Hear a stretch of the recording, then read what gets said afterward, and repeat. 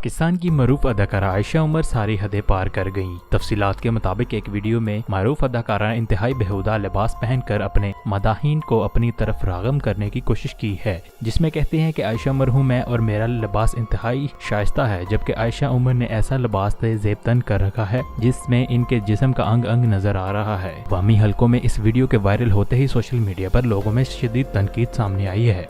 आयशा उमर एक जगह पर कहते हैं कि आयशा उमर हूँ और मेरा लिबास इंतहाई शाइस्ता है, जबकि आयशा उमर ने ऐसा लिबास जेब तन कर रखा है जिसमें इसके जिस्म का अंग अंग नजर आ रहा है। अवामी हलकों में इस वीडियो की वायरल होते ही सोशल मीडिया पर लोगों शदीद तनकीद सामने आई है। लोग इनके ऊपर लान तान कर रहे हैं। मजीद बेहतरीन वीडियोस के लिए हमारे चैनल को सब्सक्राइब कर लें और बेल के बटन को दबाना ना भूलें। शुक्रिया।